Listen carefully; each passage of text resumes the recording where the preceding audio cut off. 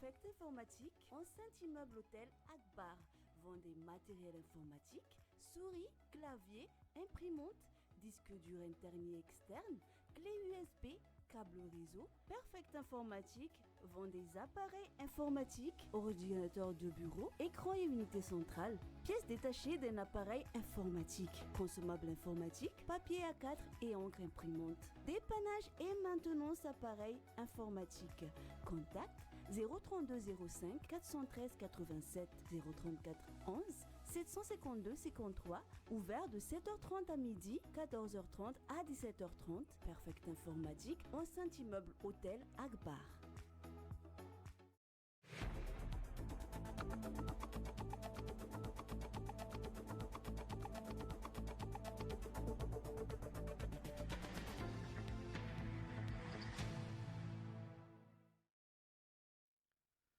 Sabotsy fahadiminy volana septambra roapolo sy roa arivo miarabantsika rehetra ny tokantrano any tompoko lasy tompoko vavy ary manasantsika rehetra hanaraka ny antsipirim-baovao hatramin'ny farany eto amin'ny radio telenakay raha tratranay amin'ny sakafony ianao amin'izao fotoana izao manasanao azo tomana mandritra ny fanarahana ny fotoanany fampalalam-baovao.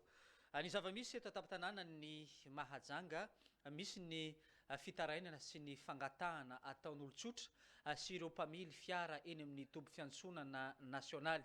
Ny zava-misy amin'izao fotoana izao dia misy ireo olona izay mandraharaha tsy maintsy miakatra any Andrenivohitra na ny any Antananarivo nefa tsy manana fiara manokana hoentina hiazo ny Antananarivo renivohitra izay. Mangataka amin'ny fitoram-panjakana malagasy izy ireo mba hanomezana ny fahalalahana amin'ny fiakarana any Andrenivohitra izay mba hahafahan'izy ireo miasa andavanandro toy ny mponina rehetra. Nanao ny fanadihadiana Crépin Randrianjafy. Mitaraina ireo tompona fiara eto amin'ny zotra nasionaly indrindra fa ireo mpamily en'ireo fiara ireo ihany koa nambaran'izy ireo mantsy fa efa tsy manan-kohanina ntsony izy ireo nandritra ny 5 volana tsy niasan'izy ireo zay efa misokatra ny lalam-pirenena faharoa mampitony Antananarivo sy Toamasina. Ankehitriny manantena ny sokafan'ny lalam-pirenena fa efatra ihany koa izy ireo vonona anajany fepetra rehetra apetraky ny fitondram-panjakana. Ny etaetanay sofera zany dia mba mangataka ny sokafan'le lalana fa efa mijaly loatra le sofera nandritra ny tao anatin'izay 5 volana zay. Atahanay sofera fotsiny zany izahay sofera mpitatitra ny sokafan'ny lalana ary zay dia vonona anaraka ny fepetra rehetra zay omeny fanjakana anay. Efa mahatsiaro sahirana loatra izay fanampiana tsisy tena isan'ny tena mijaly mihitsy zay tsy hita amin'ny fanjakana mihitsy zany izahay sofera ato amin'ny zotra nasionaly. Raha ny fantatra dia efa mivonona hiasa manomboka amin'ny herinandro ireto mpitatitra eto amin'ny gare routière Aranta ireto.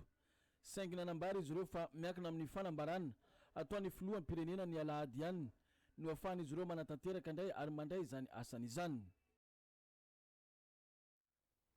Na eo aza izany andrasantsika ny fanapahan-kevitra ho raisin'ny fitondram-panjakana malagasy manoloana ny zava-misy sy ny fivoaran'ny coronavirus. Raha nambaran'ny taleparitry ny fahasalamam-bahoaka omaly raha ny tafa tamin'ny mpanao gazety dia natampienana ny tahan'ny olona tratran'ny coronavirus ho antsika eto an-tampon-tanàna ny mahajanga tatoato izay ary nisy ny tatitra nomeny ho antsika any tokantrano any. Crépin Randrianjafy no nanao ny fanadihadiana. Ny ena tanteraka ny salanisan'olona voatily ho mitondra ny tsiomokaretina coronavirus ato anatin'ny faritry boeny indrindra fa ho antsika eto Mahajanga renivohitra. Ny distrikany Marivoa sisa no mbola araha-maso akaiky raha nambarany avy eo anivo ny talepatry ny fahasalamam-bahoaka. Ho an'ny faritra boeny manokana dia ao anatin'ilay atao hoe phase de régression na midina ny salanisana tahan'ny olona mitondra ny tsimokaretina voatily na amin'ny alalan'ilay PCR amin'ny CSBR ao Mahabibo na amin'ny alalan'ilay Genexpert ary amin'ny CHU Mahavoky Atsimo. Tao anatin'ny herinandro 3 mifanesy zany satria izay ilay atao hoe surveillance épidémiologique hebdomadaire isan-kerinandro moa zany azahoana ny tatitra io ho antsika boeny zany tamin'ny semaine 34 dia 9 ny olona voatily fa mitondra ny tsimokaretina. Tamin'ny semaine 35 dia niakatra kely 10 izy io 10 dia amintsika miresaka zao amin'ity semaine 36 ty a misy enina indray zao atreto no voatily mitondra ny tsimokaretina coronavirus. Ny anakiroa tamin'ireo teto Mahajanga, ny efatra tany amin'ny distriktany Marivoay. Inona tiana eviana amin'izay hoe midina na dia midina tanteraka raha ny salanisa dia mbola misy actif na active ilay épidémie eto amintsika dia izay no tokony hitandremana. Ny Mahajanga tsy azo tenenina hoe voafehy fa tsy manome olana ny sehatra fahasalamana zany le hoe débordé na ohatran'izany ny hôpitaly na ny CSB antsika mahakasika izay. Raha io salanisa araky ny tatitra nataony avy eo anivo ny talepatry ny fahasalamam-bahoaka io, azo vinavinaina araka izany ny iverena ny poniny Mahajanga tanteraka amin'ny fiainana andavanandro. Saingy noho ny fisiany valanaretina eto Madagasikara, tsy maintsy arahana ihany ireo fepetra madinika. Andraindray ny be sy ny maro ihany koa raha io salanisa azo io ny ivahany lalam-pirenena fahefatra ahafahany rehetra miverina amin'ny fivelomana andavanandro taky ny fiainana efa nahazatra mialohany nahatongavany valanaretina coronavirus teto Madagasikara. Samy miandrandry izany avokoa ny poniny eto Mahajanga na ireo mpisehatra amin'ny fitaterany na ny vahoaka izay mpivelona amin'ny sehatry ny fakana entana avy any an-drenivohitra ka midina eto Mahajanga. Eo ihany koa ny mpandraharaha isan-karazany. Ny lahateny ny filoha no andrasany be sy ny maro amin'ny alahady araka izany ny fotoana.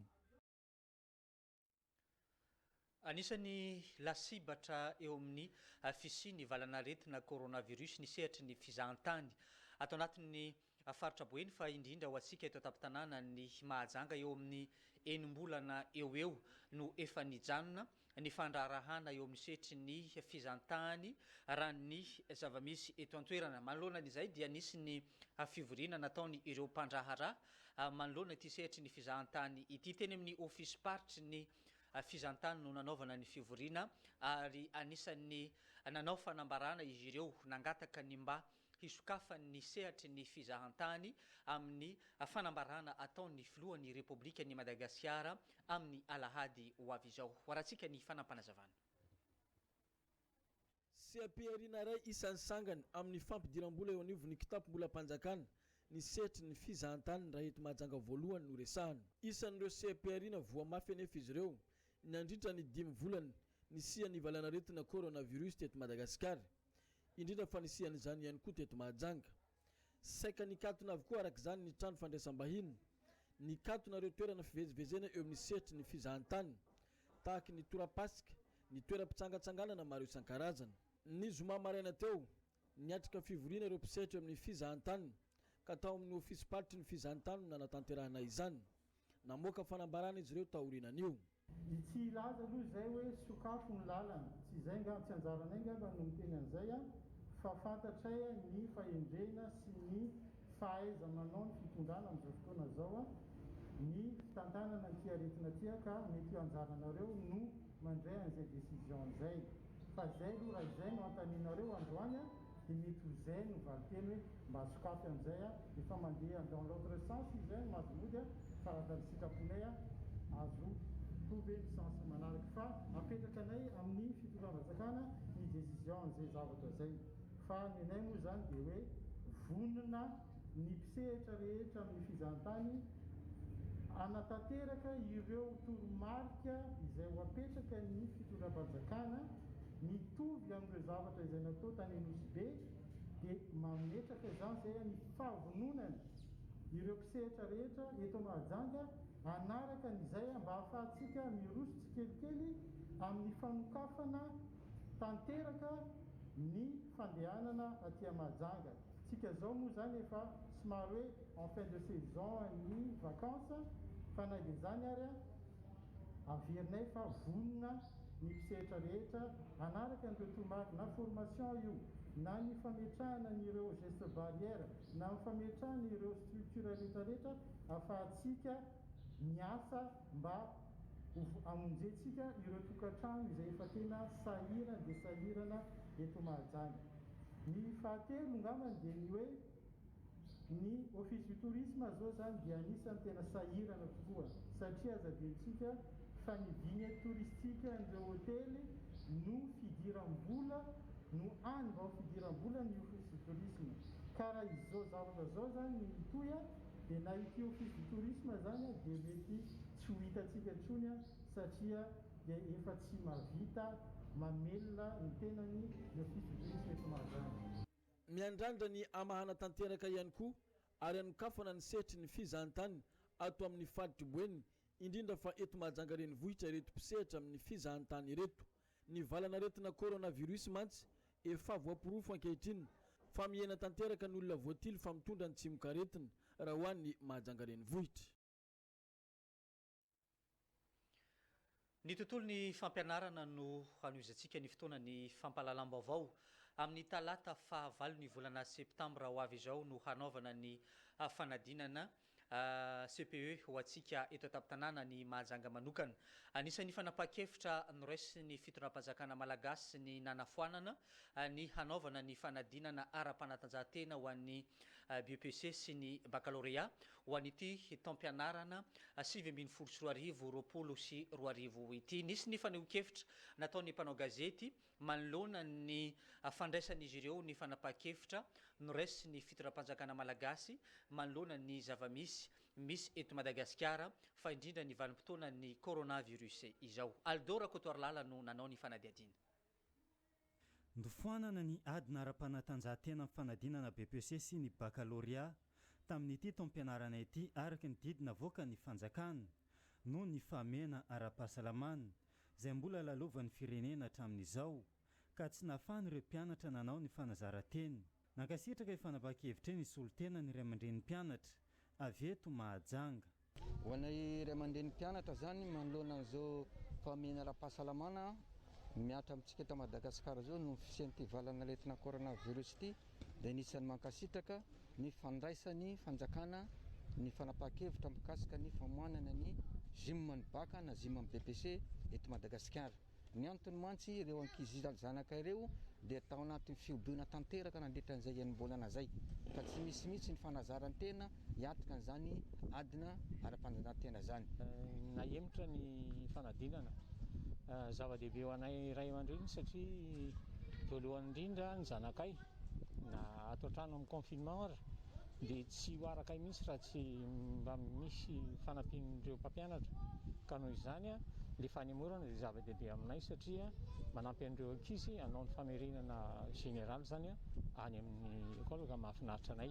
Eo amin'ny EPS izay saika tokony ataon'ireo mpianatra ireo dia angamba ataoko ary raha tsika ray aman-dreny miray saina angamba fa zava-dehibe tokoa satria tsisy confinement raha misy ankizy maratra tratran'ny déchirure musculaire noho ny tsy fahampian'ny entraînement sy ny sisa kanefa moa noho izao confinement zao tsy afaka mivoaka ny ankizy tsy afaka manao entraînement na échauffement dia arariny sady hitsiny kosa raha ohatra tsy hanao le EPS ny ankizy. Mety ho isy ny olana ara-pahasalamana raha toka natao ihany ity adina ara-panatanjahantena ity raha ny hevitra nataony mpitsabo iray. Isaorana ny ministera ny fampianarana ambony amin'ny fanapa-kevitra izay nataony dia ny fitsinjovana ny tombotsoan'ny mpianatra. Inona moa izany dia ny fampandehanana ny examen-mpanjakana izay nieritreretin'ny sasany fa mety ho taona fotsy amin'ity taona ity. Isaorana ihany koa ny fanapa-kevitra izay fanafoanana ny examen fizika na ny EPS. Tena mbola ao anatin'ny amena ara-pahasalamana tsika amin'izao fotoana izao araka ny napetraka ny andriamatoa filoham-pirenena ka izay fepetra izay dia mety tsara mihitsy amin'ny lafiny ara-pahasalamana satria raha tahiny ka mbola minia manao an'izany fanatanjahana ara-pahasalamana izany sika dia tsy maintsy misy ny fifampikasoana eo amin'ireo samy mpianatra eo amin'ireo mpanadina fanadinana maro samihafa ka mety tsy voahaja na tsy tanteraka ireo fepetra fiarovana an'izay fenitra ara-pahasalamana izay. Tsara tsy haivina fa tao anatin'ny 5 volana izay no niato tanteraka ny fampianarana teto Madagasikara. Tsy nisy ihany koa ny fotoana nahafahan'ireo mpianatra nanao ny fanazarantena tao anatin'ny fiatoan'ny fampianarana izay. Mirarisoa ho an'ireo mpianatra hanala ny fanadinana CPE amin'ny talata fahavalo ny volana septambra ho avy izao izay ato amin'ny radio telenakay. Anaraka dokam-barotra sy filazana vetivety tsika rehefa avy eo miverina eto indray manohy ny fotoanan'ny fampahalalam-baovao. filazana zavatra very ilazana isika izay mety nahita carnet de compte iray misoratra poisson eo ivelany dia ny iray tsy misy soratra ivelany izay latsaka tamin'ny bajaj omaly tamin'ny Enora-Rive teo amin'ny lalana izotra ho any amin'ny travaux mazava oilina.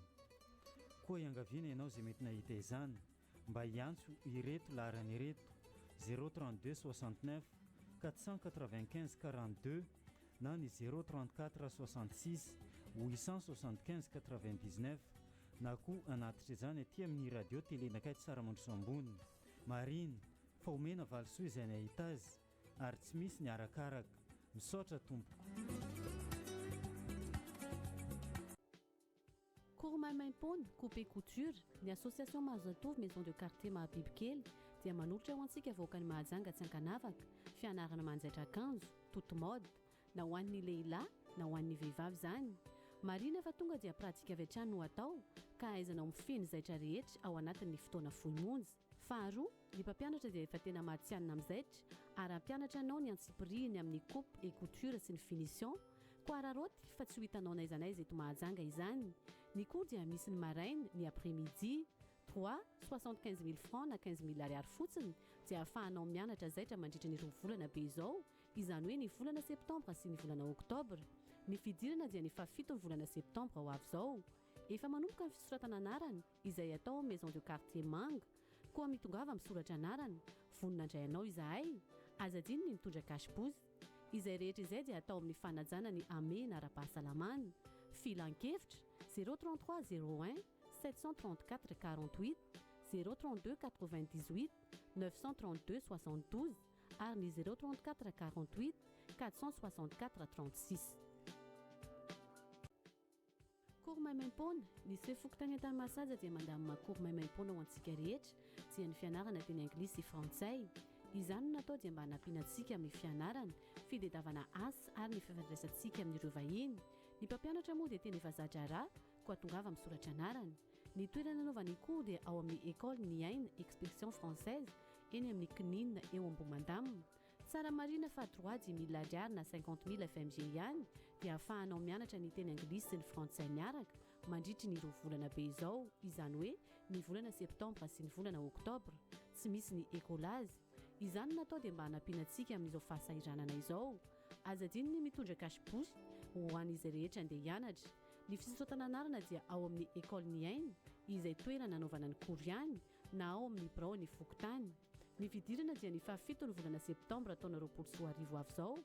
Izany rehetra izany dia atao amin'ny fanajana ny amena ara-pahasalamana.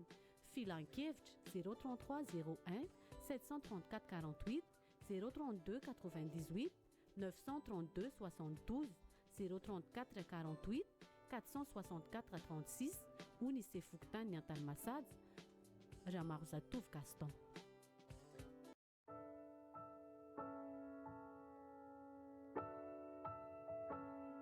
Filazana manjo amin'ny alelehibe no ampandrenesanay antsika namana sy tapaka ary ny havana rehetra fa ny hava-malalanay itompo Clara Coutoirson Ghislaine Théodore dia nantsony iray no dia any aminy ny alakamisy 7 septambra 2024 tokony tamin'ny raiky mifolo alina rehefa ny vahiny 47 taona teto an-tany. Namelaka mboty roa itompoko lahy ny manao ity filazana ity ny reniny Madame Zaramino sy ny fianakaviana rehetra ary ireo iray tampo aminy Bienvenue, Fidson, Gladys, Colin, Irène, Nary, ny zanany Ghislaine sy Thérèse, ny zafiny Joanne. Ny razana dia iandrasana ao amin'ny cité Tsaramandroso lo 52 misy ny fitaom-pivavahana anio amin'ny 12 atoandro raha mpitsoalady fa 9 septambra 2024 amin'ny 2 ora tolakandro no anatanterana ny fandevenana eny amin'ny croisement Boanamary. Ity no solo fampandrenesana ho an'izay tsy tratrantso noho ny afenondrano be loatra. Misaotra tompo.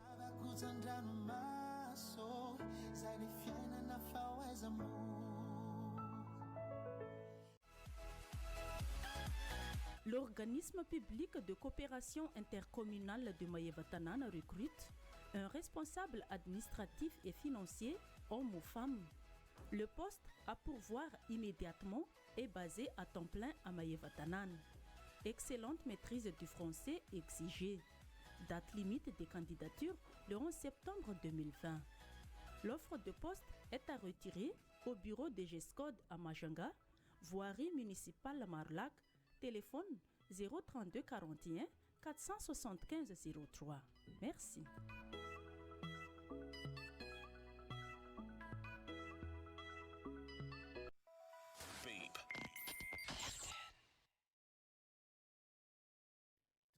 Oui patron. Mba andana kely atao vasatsika reto a. Simon, Fera, Loko fa za mbola sakafo maraina. De mandana kely vidéo amin'ny kankeriso io jerevantsika ny fomba fiasandreo. Eny tompoko.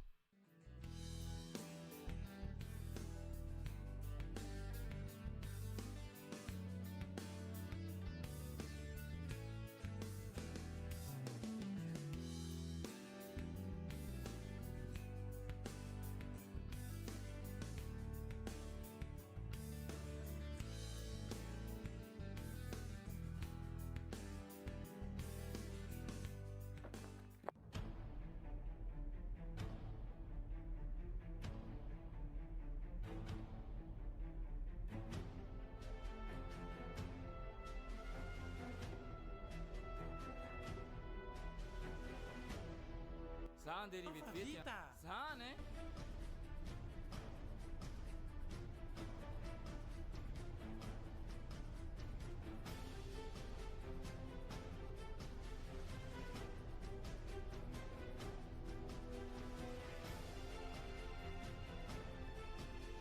efa tonga ny entana patron. Sahady ve? Eny tompoko. Salama tompoko. Allô? Avy aty amin'ny kankerisoa ihany ny miantso. Voray ve le entana? Ya, efa tongato ka. Ahoana ny fahitanao ny service-nay mahafapo anao ve? Tena rapide be. Misaotra anao ary. Andao jerentsika hoe.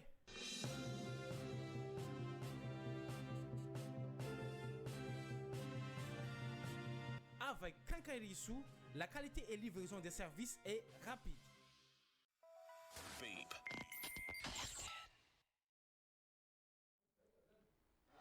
Ny fomban-drazana malagasy no hanoizantsika ny fotoanan'ny fampahalalam-baovao. Totosa omaly zoma fa efatra ny volana septambra ny fametrahana ireo fianakaviam-be ny taranaky ny ampanjaka ao amin'ny douane Miarinarivo eto atapy-tanàna ny Mahajanga teny toerana Crépin Randrianjafy niatrika zava-misy ary tatitra amintsika ny zavanisy tao amin'ny douane Miarinarivo ny omaly. No amafitsin'ireo taranaka mpanjaka, taranaka Ambabola avy ao Betsiko, ny mampanjaka Beniboenina, ny ampanjaka Dina Hermisy tamin'ny alalan'ny fivoriana izay nitanterahan'izy ireo no nafahana namoaka io fanambarana io. Nambaran'izy ireo ihany koa tamin'izany ny komity hiara-iasa amin'ny ampanjaka Beniboenina manomboka izao.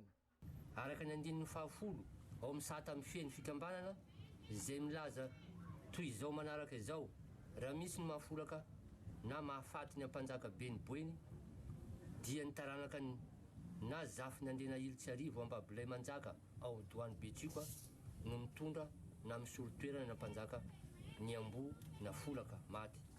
Noho izany rehefa nifandinika ny rehetra ary koa samy namoaka ny heviny ny tsirairay dia nanapaka an'izao manaraka izao. Tapaka ary fa apetraka ho mpanjaka Beniboenina Prince Dina Hermisy.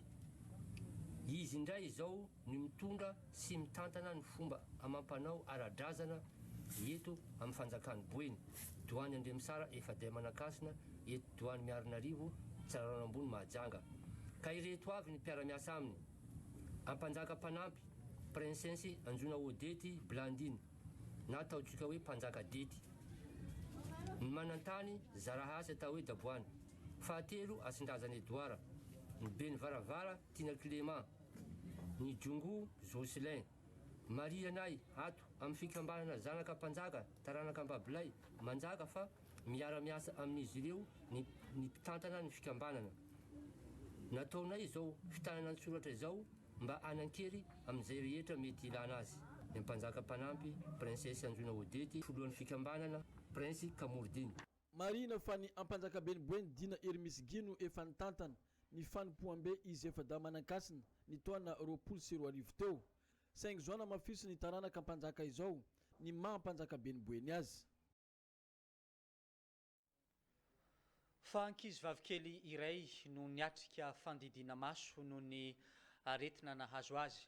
Raha ny fantatra dia ny solombavam-bahoaka ny Madagasikara voafidy teto Mahajanga Andriamatoa Ramatoa Hazafady Rahantanirina Lalao Hodinina no niantoka tamin'ny fandaniana rehetra tamin'ny fandidina ity ankizy vavikely ity. Teo ihany koa androany ny famaranana ny famoranjaza faobe izay afanao ny solombavam-bahoaka isan-taona. Koa rahantsika ao anatin'ity fanadihadiana ity ny zava-misy tanteriny Crepin Randrianjafy. Vao eny taona sy iray volana ny tratran'ny areti-maso i Georgia tsy nisy fitsaboana azo natao hoy ny reniny tamin'izay. Vao vantany voan'io aretin'io ity zazavavy kely ity dia nanatona solombavam-bahoaka Rahantanirina Lalao ny reniny ary dia tapaka tamin'izay fa atao ny fandidina. Tao amin'ny hôpitaly Androva tao amin'ny sampandrarahany ophtalmologie no nandray ny fandidinana sy nandray an-tanana ny fitsaboana. Vita soamantsara izany ankehitriny. Fendoany aretina aloha dia tsy nahita aloha izy masonazy roa.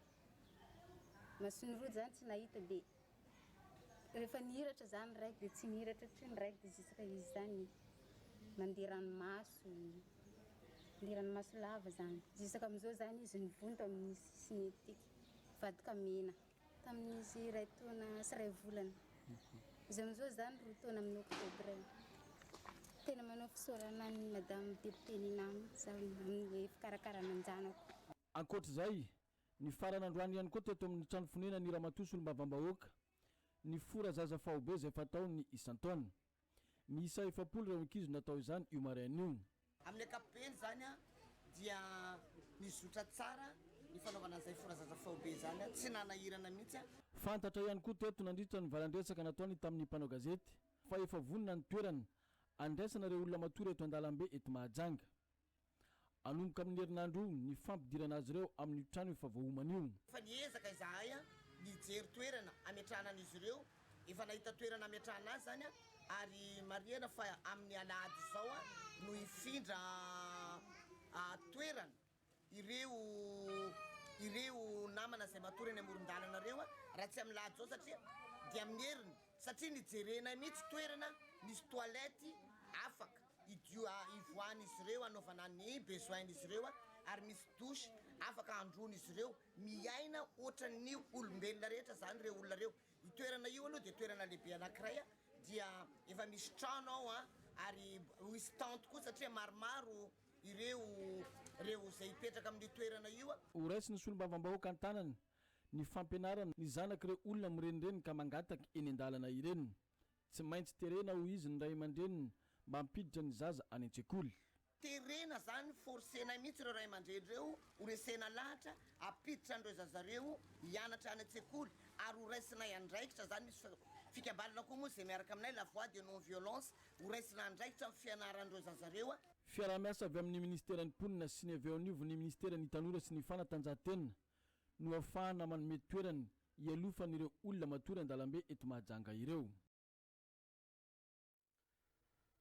Fa anisany mbola olana ho antsika eto an-tampon-tanàna ny Mahajanga ny tsy fahampin'ny rano. Anisany napetraky ny tompon'andraikitra na ny filohan'ny sampandraharaha vaovao na ny taleny sampandraharaha vaovao eo amin'ny rano sy ny fidiovana ary ny fampidiovana eto Mahajanga ny mahazava-dehibe ny fanatsarana ny fisitrahan'ny olona rehetra ny rano fisotro madio eto Mahajanga totosa omaly arak'izany ny famindram-pitantanana teo amin'ny taleparitry ny rano ny fahadiovana sy ny fidiovana ho antsika ato amin'ny faritra Boeny. Andriamatoa Tsambakay André no voatendry hintantana ny sampandraraparitry ny rano sy ny fahadiovana ary ny fidiovana ato anatin'ny faritra Boeny raha ny solotoerana any Ramatoa Vavizara Sylvie. Totosa omaly zoma fa 4 ny volana septambra 2024 lasa teo iny ny famindram-pahefana ateo amin'ny sampandraraparitra vaovao sy teo aloha.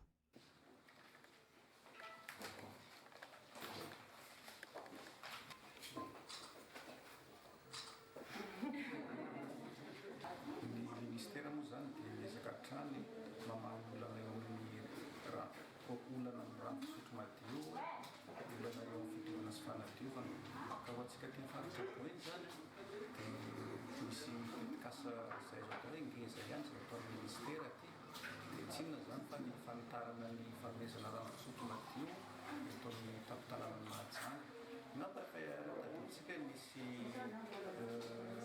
lancement officiel an'izy io tamin'ny fotoana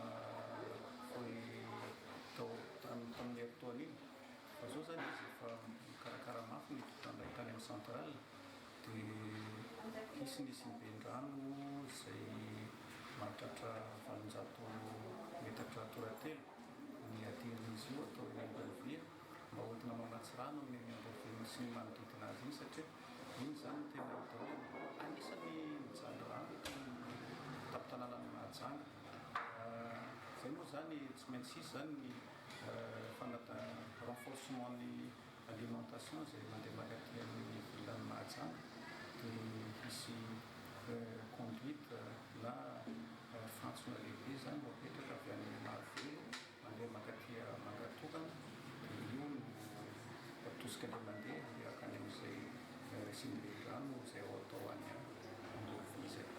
Anisany zava-dehibe ho an'ny tampon-tanàna ny Mahajanga ny fampiroboroboana ny rano, ny fahadiovana ary ny fanadiovana noho ny Mahajanga anisany distrika mbola mijary rano araha ny zavatra hita eny anivon'ny fokontany. Avonina araka izany i Andriamatoa Tsiambakay André talepatry ny sampandrarany rano sy fahadiovana ary fidiovana ny hampiroborobo sy hanatanteraka ny asany antsakany sy andavany araka ny fitokisana nomeny ny fitondram-panjakana azy. Amin'izao fotoana izao dia misy ny fiainam-bidy ho an'ny rano izay teny amin'ny fokontany ny Tanambao Sotemano no nanokafana izany tamin'ny fomba ofisialy tamin'ity andro ny sabotsy ity tafitra ao anatin'ny fampiroboroboana ny fanomezan-drano ho antsika eto tampon-tanàna ny Mahajanga. Anaraka filazana vetivetsika rehefa avy eo miverina eto indray. Filazana zavatra very. Ilazana isika izay mety nahita carnet de compte iray misoratra poisson eo ivelany dia ny iray tsy misy soratra ivelany izay latsaka tamin'ny bajaj omaly tamin'ny Enora-Rive teo amin'ny lalana izotra ho any amin'ny travaux mazava hoilina.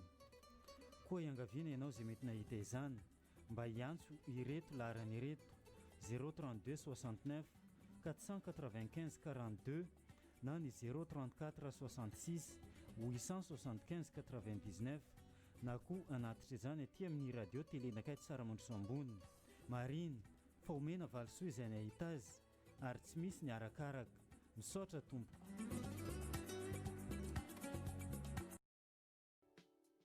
Kourmaimaimpoana coupe et couture ny association Mazotovo maison de quartier Mahabibikely dia manolotra ho antsika voaka ny Mahajanga tsy ankanavaka fianarana manjaitra akanjo toute mode na ho an'ny lehilahy na ho an'ny vehivavy zany.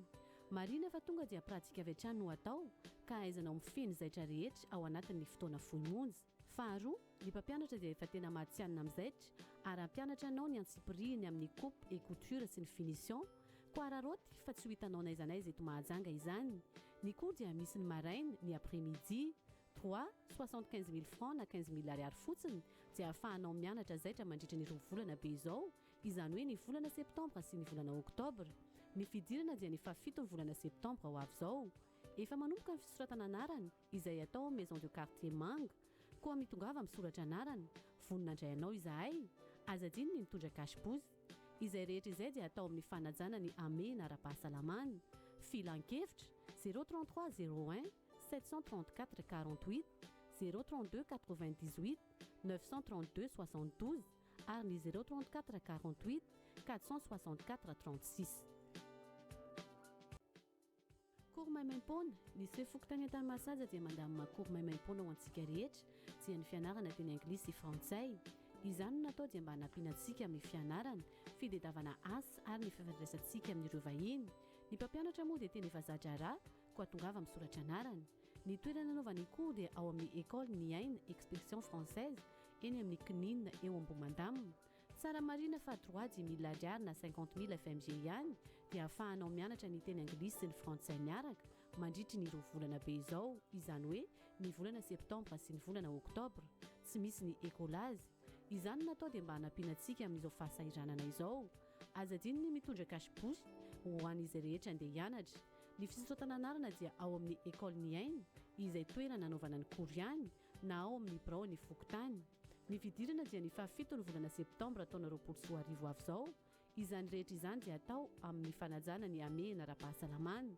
Filan-kevitra 033 01 734 48 032 98 932 72 034 48 464 36 ou ny Fokontany ny Antalmasady, Ramaro Zatovy Gaston. L'organisme public de coopération intercommunale de Maïeva-Tanana recrute un responsable administratif et financier, homme ou femme. Le poste à pourvoir immédiatement est basé à temps plein à Maïeva-Tanana.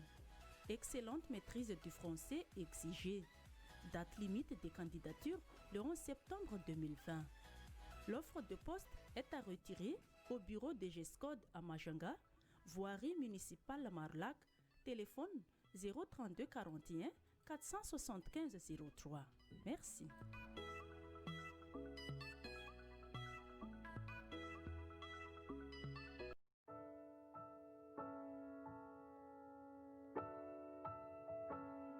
Filazana manjo amin'ny alelehibe no ampandrenesanay antsika namana sy tapaka ary ny havana rehetra fa ny hava-malalanay i tompo Clara Coutoirson Gislaine Théodore dia nantsony iray no dia any aminy ny alakamisy 7 septambra 2024 tokony tamin'ny raiky mifolo alina rehefa nivahiny 47 taona teto an-tany.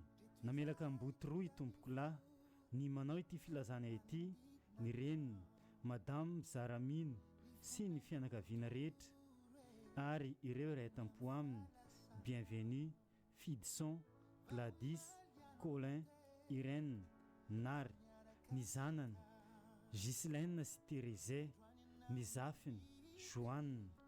Ny razana dia iandrasana ao amin'ny cité Tsaramandroso lo 52, misy ny fitaom-pivavahana anio amin'ny 12 atoandro raha mpitso alady fa 9 septambra 2024 amin'ny 2 ora tolakandro no anatanterana ny fandevenana eny amin'ny croisement Boanamary. Ity no solo fampandrenesana ho an'izay tsy tratrantso noho ny afenondrano be loatra. Misaotra tompo.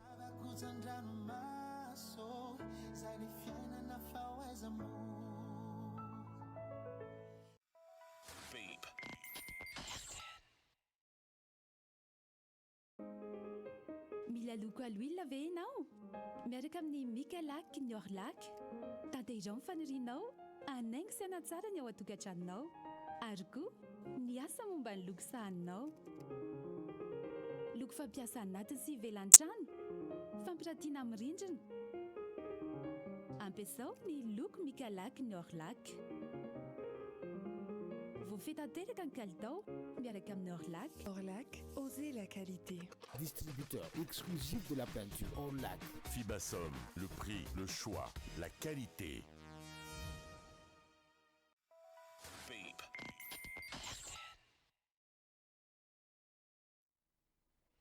Mitoetra ny fotoanany fampalalam-baovao nanome tolotanana ho an'ny mpiasan'ny fahasalamana eny anivon'ny CSB sy ny CSI eto Mahajanga, ny GCS na ny Zensambre International ny raha niasa tamin'ny CTB na ny Centre Technique Biomédical eto Tapitanana ny Mahajanga, ny fanomezana ny arsora sy fanaovana ny fitiliana ny hepatite B no etsika nataon'ny GCA tamin'ity maraina ity. Horantsika ny fanampanazavana. Kasibosy misy 200 no nizaray ny GCA na ny Zensambre International ho an'ny mpiasan'ny fahasalamana ao amin'ny CSB sy ny CSU eto Tapitanana ny Mahajanga. Tafiditra amin'ny etsika amin'ny fiarovana ny valanaretina coronavirus no natao mba fanomezana tombony sy fiarovana ireo mpiasan'ny fahasalamana. Natao teto ihany koa ny fitiliana ny hepatite B ho an'ny ireo mpiasan'ny fahasalamana ireo. Ny GCI zany dia misana amin'ny projet toy ny fahasalamana, ny éducation, ny environnement.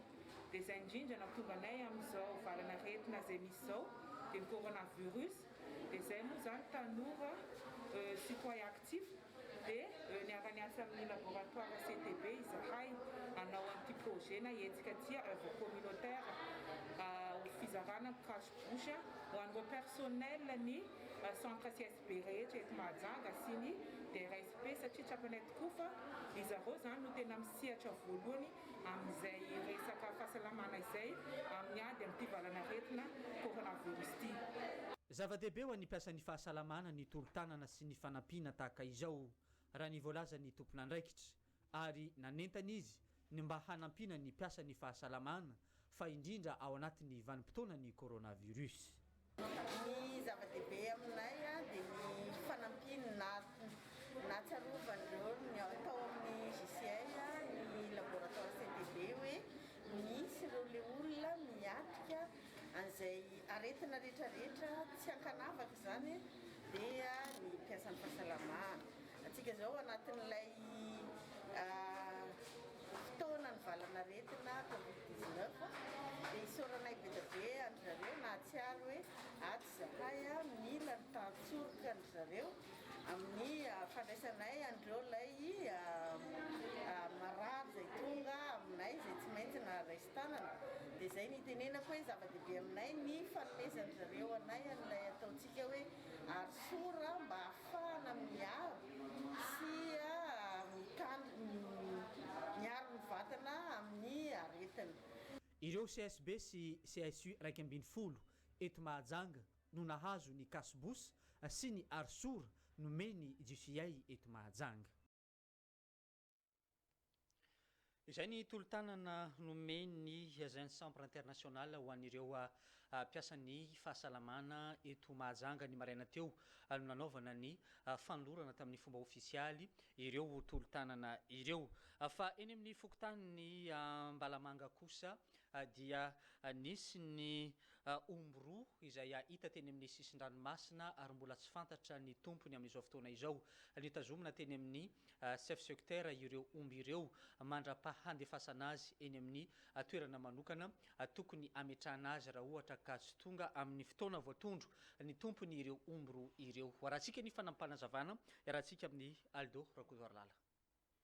Notazomina ato amin'ny chef secteur Ambalamanga fokotany ny Antany Masaja ireto omby roa mianaka ireto hitany fokon'olona ny renireny teny amoron-dranomasina Ambalamanga ny zoma 4 septambra atoandro. Notazomina vonjy-maika eto ireto omby reto mandra-piandry ny tompony ary mialohany andefasana azy any amin'ny fourrière ny commune Ambonivohitra Mahajanga. Ny omby moa zany tamin'ny androany tokony tamin'ny raika amin'ny folo teo eo ny hitan'olo ny rembe teny amin'ny ampetoma sy-ndranomasina tany zany dia omby io dia naterin'olona ato amina raha azy satria olona etako raha ihany zany nahita azy. Fa hatro amin'izao nefa ny tompona omby dia mbola sy mivoaka ary mbola sy misy filazana fokotany zany e. Dia izay no antony nahatonga zay nitazana an'ilay omby ato aloha pour le moment. Ny fepetra ho raisina fokotany moa dia voalohany indrindra moa zany tsy maintsy miambina tsara ny omby io ary miambina ny fahatongavan'ny tompony ary izay moa zany dia ohatra hoe mba sarosarotana ohatra satria maro ny manana omby kanefa tsy maintsy misy taratasy fanamarinana ny fananana izay omby zay raha fa tonga ilay tompony raha tsy misy taratasy fanamarinana ny fananana ilay omby dia ohatra ny sarosarotana ihany zany zay. Ka izay indrindra zany mbola mahatonga raha fa tsy tonga ilay tompony zany dia mety voatorinay aterinay any amin'ny fourrière. Ho an'izay tompony ireto omby ireto tokony hitondra taratasy mazava manamarina izany izy ireo mialohany angalan'izy ireo ny omby eny amin'ny chef secteur ny Ambalamanga ao anatin'ny fokontany ny Antany Masaja. Ny vaovao avy amin'ny faritry ny Vakinakaratra ao amin'ny antapon-tanàna ny Antsirabe no marimarina kokoa. Nisy ny fanapa-kevitra noraisin'ny fitondram-panjakana malagasy amin'ny hanakatonana ny orinasa Tico na ny Magro raha izay no fahafantarany rehetra azy. Dia nisy ny hetsika nataony ireo tantsaha mpamatsy ronono ho an'ity orinasa ity sy mpamatsy ronono ho an'ireo mponina ao Antsirabe renivohitra nariny izy ireo eny amin'ny Tsangambato ao Antsirabe ilay Tsangambato afantarana ny tapin-tanàna ny Antsirabe avokoa ireo ronono izay noentiny izy ireo avy any ambanivohitra rehefa tsy nisy naka ireo ronono ireo. Hoarantsika ny sary tsy ankiteniteny izay maneho ny zava-nisy tamin'ity maraina ity.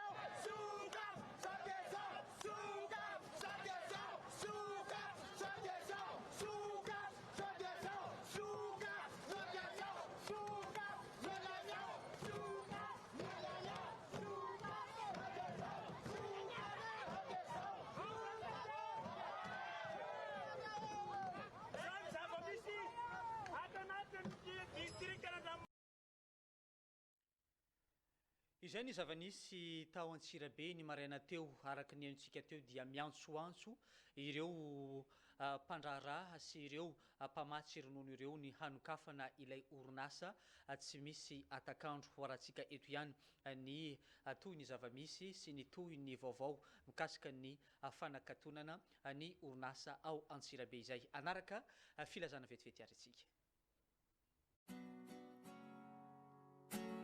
Filazana zavatra very ilazana isika izay mety nahita carnet de compte iray misoratra poisson eo ivelany dia ny iray tsy misy soratra ivelany izay latsaka tamin'ny bajaj omaly tamin'ny 900 teo amin'ny lalana izotra ho any amin'ny travaux mazava oilina. Koa iangaviana ianao izay mety nahita izany mba hiantso ireto laharana ireto 032 69 495 42 na ny 034 66 875 99 na koa anatitra izany aty amin'ny radio télé nakay tsara mandroso ambony. Marina fa omena valisoa izay nahita azy ary tsy misy ny arakaraka. Misaotra tompo.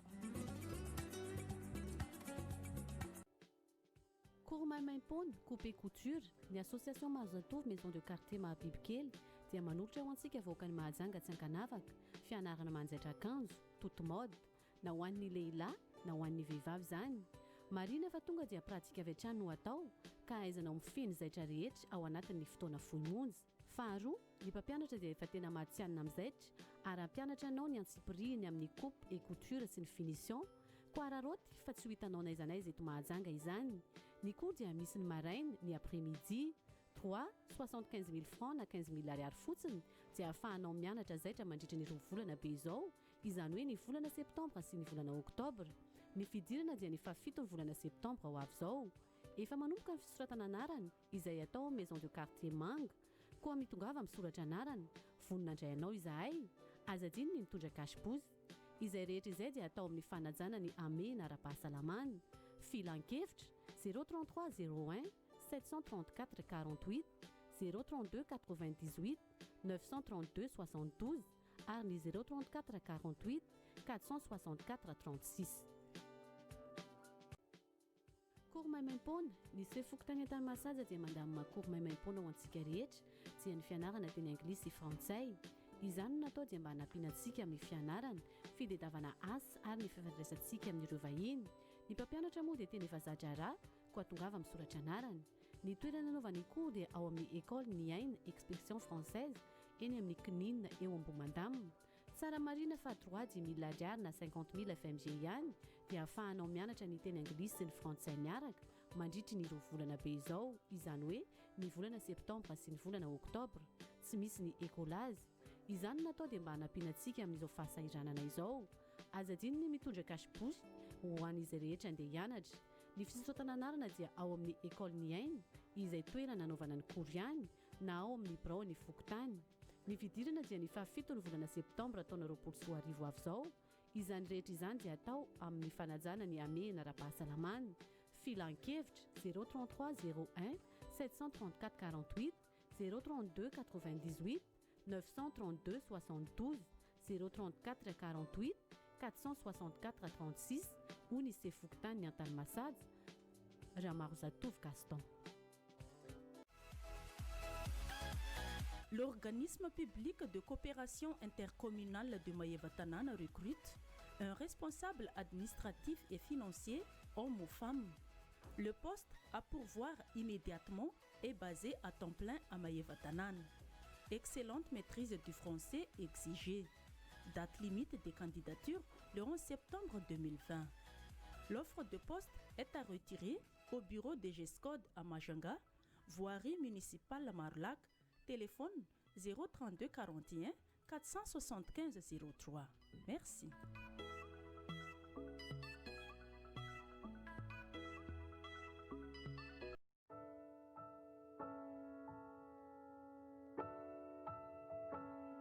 Filazana manjo amin'ny alelehibe no ampandrenesanay antsika namana sy tapaka ary ny havana rehetra fa ny hava-malalanay i tompo Clara Coutoirson Ghislaine Théodore dia nantsony ray no dia any aminy ny alakamisy 7 septambra 2024 tokony tamin'ny raiky mifolo alina rehefa ny vahiny 47 taona teto an-tany namelaka mboty roa i tompo lahy ny manao ity filazana ity ny reniny Madame Zaramine sy ny fianakaviana rehetra ary ireo ray tampo aminy Bienvenue, Fidson, Gladys, Colin, Irène, Nary, ny zanany Ghislaine sy Thérèse, ny zafiny Joanne. Ny razana dia iandrasana ao amin'ny cité Tsaramandroso lo 52 misy ny fitaom-pivavahana anio amin'ny 12 atoandro raha mpitsoalady fa 9 septambra 2024 amin'ny 2 ora tolakandro no anatanterana ny fandevenana eny amin'ny croisement Boanamary. Ity no solo fampandrenesana ho an'izay tsy tratrantso noho ny afenondrano be loatra. Misaotra tompo.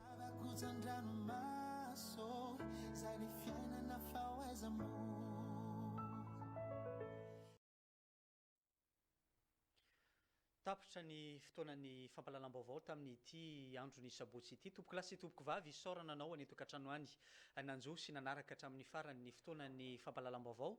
Isaorana ihany koa ireo namana mpanao gazety sy ireo teknisianina niara-ny sala nahandro na masaka nahafahana nampita ny vaovao tamin'ity atoandro ity. Mirary raha mirary ny farany herinandro mahafinaritra sy feno fahasalamana ho antsika rehetra any tokantrano any. Veloma tompoko.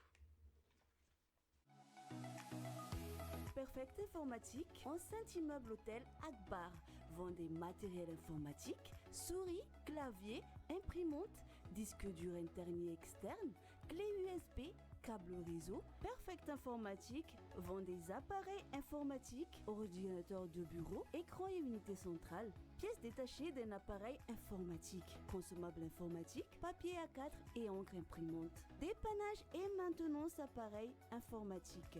Contact 03205 413 87 034 11 752 53, ouvert de 7h30 à midi, 14h30 à 17h30. Perfect Informatique, enceinte immeuble hôtel Akbar.